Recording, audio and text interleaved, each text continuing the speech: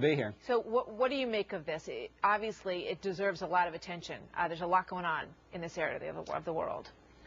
Right, and I don't doubt that the demonstrations in Tunisia helped spark the demonstrations in Egypt and Yemen, but I think it's a big mistake to assume that it's all caused by the same grievances or that the outcomes will be the same. Just take Egypt, the most important government in the Arab world. It's been ruled by the military for nearly 60 years since the overthrow of King Farouk in the early 1950s. This is not just the personal regime of Mubarak, it is a military government. And I think they will not hesitate to use force if these demonstrations continue. That's very different from the situation in Tunisia. All right, let's focus on Cairo for a minute here, because we're also hearing these reports that Mohammed al-Baradei, who most of our viewers know as the former head of the IAEA, the inspection team, he has now returned to Egypt. He's one of the opposition leaders in this situation, and basically the Muslim Brotherhood is encouraging people to take to the streets. This is not a situation that's going to go away anytime soon. Well, I think al-Baradei is returning to try and get out in front of his troops who have gone way past him. But your reference to the Muslim Brotherhood is very important.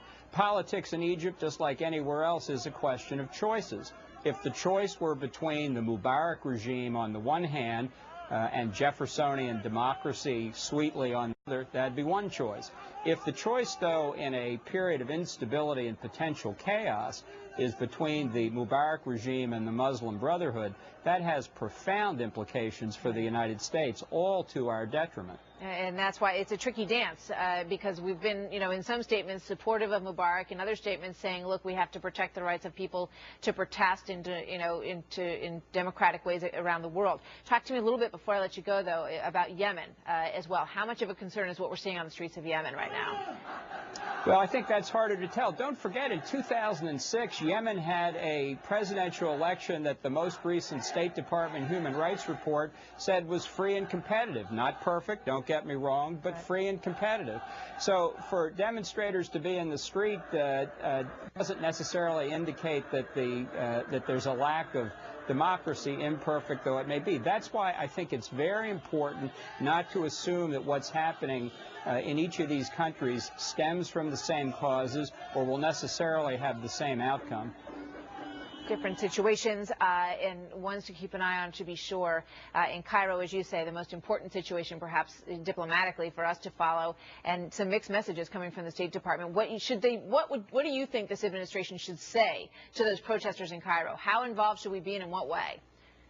I think they should continue to push for whatever democratic changes they want. But let's be very clear here. We're also seeing in Lebanon a democratic government that began with demonstrations 6 years ago being taken over by Hezbollah, a terrorist group. It is not inevitable that street demonstrations lead to Jeffersonian democracy. Be careful what you ask for. In some cases, you might get it, right?